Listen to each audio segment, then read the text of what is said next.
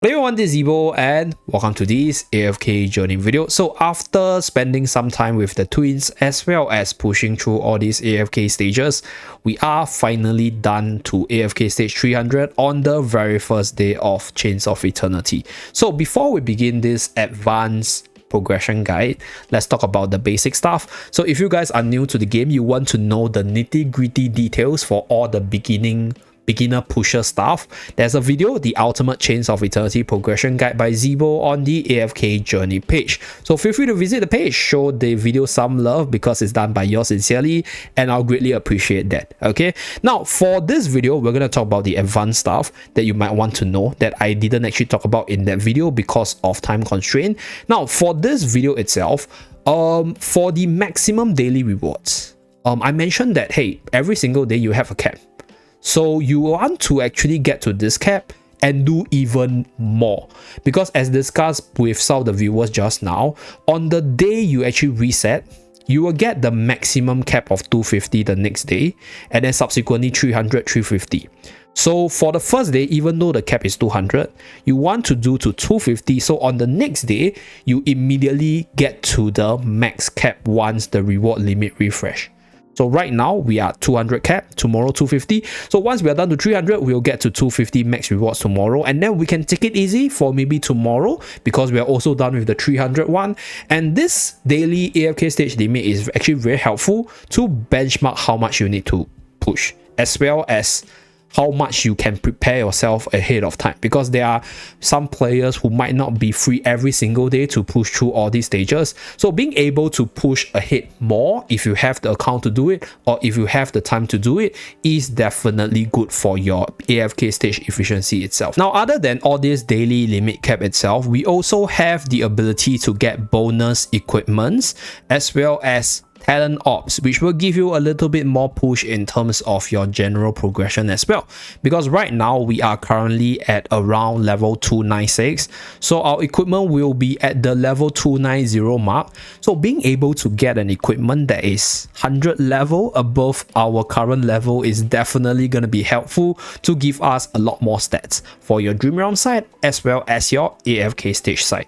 On top of that, fractional talent orb will allow you to push a little bit better for the talent trials itself, as well as do a little bit better for the Supreme Arena side. So these mini additions as well as stat bonuses will definitely be helpful in being efficient.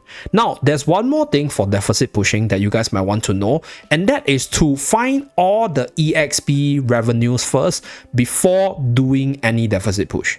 So on a day-to-day basis, how I'll do it is go into the talent trial, auto battle, auto progress, and then proceed to do my open world stuff, claim out all the equipments, buy out everything from the Iron Hoof Forge. So this Iron Hoof Forge sells equipment which are usually matched to your levels itself, slightly above. So buying from this is definitely going to be helpful because you convert the gold into equipments, which you can actually convert into the forging stones later to use for the power ups later as well. So this is for the equipment side. Other than the equipment, as well as the open world exploration, you can also get bonus EXP from your noble path right here from the season fun travelogue, as well as your season quest over here. So you go into season quest, go into season growth trial, to the upgrade session, you have the ascend a hero to Supreme Plus right here.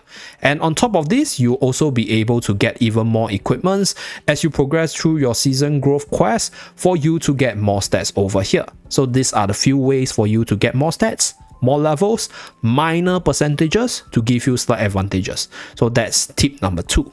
Now for the next thing, how do you deficit push more easily?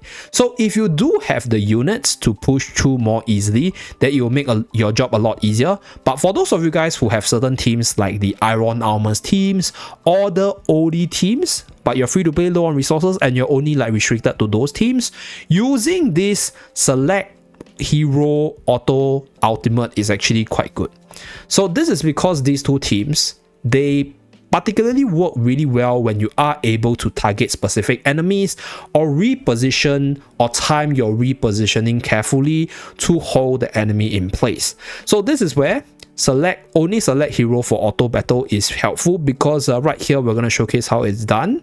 So for this battle right here, we are on the massive deficit, and we are going to auto battle and see whether or not we can clear it, because just now before I started recording I couldn't clear it.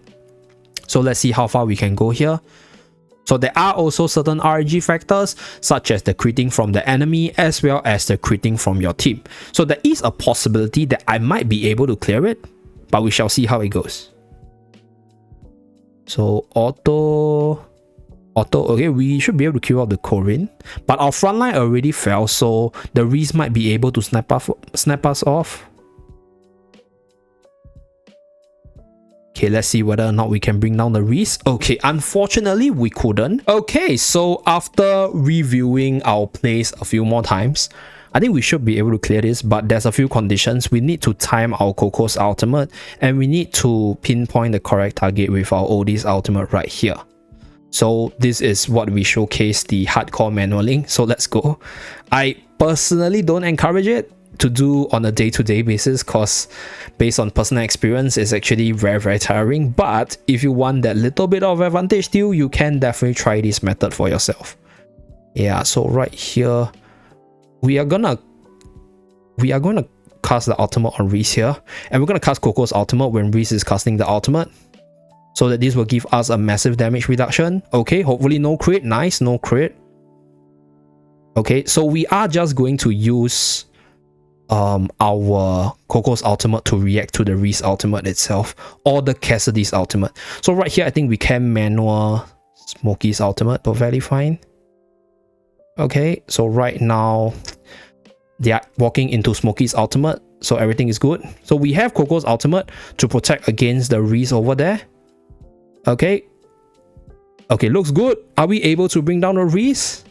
Unfortunately no, so we have to reset once again.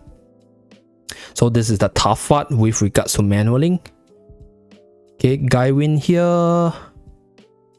Gotta go at one time for Coco's ultimate. Okay.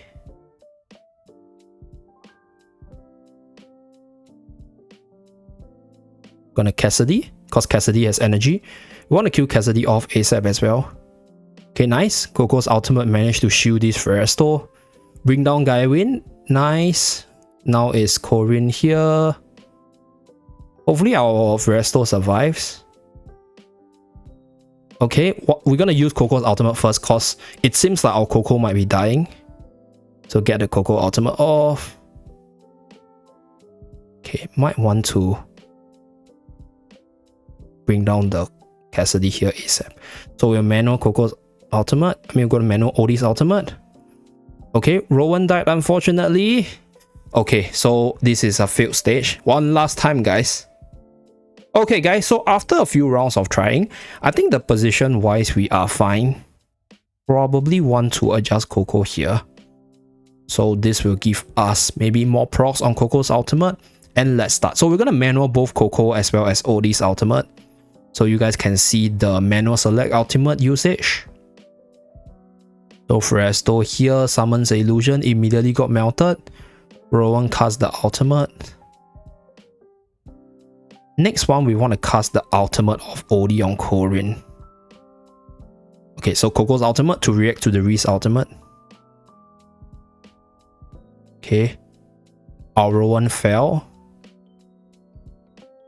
Okay, so probably nope. I guess we have to use this position of Coco, because it seems like Coco's heal doesn't reach the other units on time. So one last time, I honestly don't encourage you guys to do it. This is for those of you guys who still want to deficit push. So honestly speaking, it's actually quite fun for you to challenge the harder stages. But doing it on a day-to-day basis is one of the reasons for burnout. So I'll say do this moderately. Yeah, do this as comfortable as you can, right? Do it if you have a schedule to follow, or if you have a target to reach. So that's why I say benchmarking is actually really good. So right here, we're going to poison Korin, because Korin going down first is good. That will reduce the shielding. Okay, so we will keep Coco's ultimate for the Reese, because the Reese is a AoE damage. Okay, so right now, we're going to bring down the who. Okay, nice. So now we have the Coco.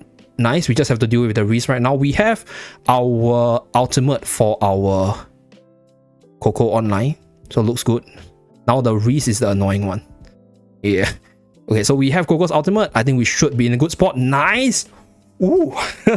Okay, so that's, yeah, pretty much. Now we still have to deal with this guy.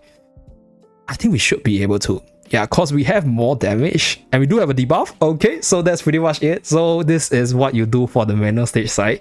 So like mentioned, this is something you can do if you are a little bit more hardcore, but if not, there's honestly no need for it. So this is just advanced tips and tricks that you guys can use. So I guess that's pretty much it in terms of all the minor advanced stuff that you guys might want to know. So do try to advance as much as possible, but also enjoy the game in the progress and not stress too much for the reward side, because that's the purpose of the daily limit. But do try to be efficient as possible so that you can still enjoy the game in terms of progressing equally in the other game modes.